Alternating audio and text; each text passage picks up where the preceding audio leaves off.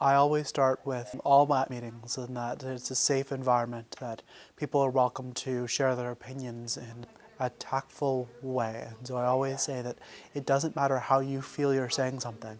It's who receives that message that's really important. And so take in consideration whenever you're speaking to people, the way that they're going to receive that information. Because as kind as I can say something to somebody, it may not come across that way to them. So I'm very aware of how people receive my messages. And I ask them to do that. And then I ask them to be present in the meeting. So it's very important that you come to this meeting when we close that door, that you're present and engaged. But this is a safe environment for you to say what you need to say, because as I was taught years ago, often you'll only get one or two opportunities on that particular month, so it's important to share that.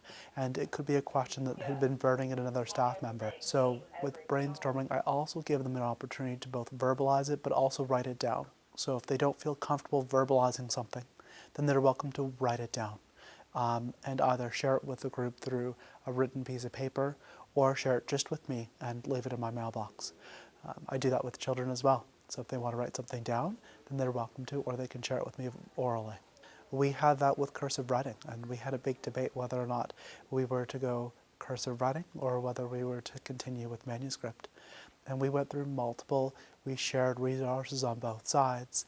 We brought key members of the community and the Montessori community in to talk to us about the benefits and the pros and the cons of cursive writing for manuscript.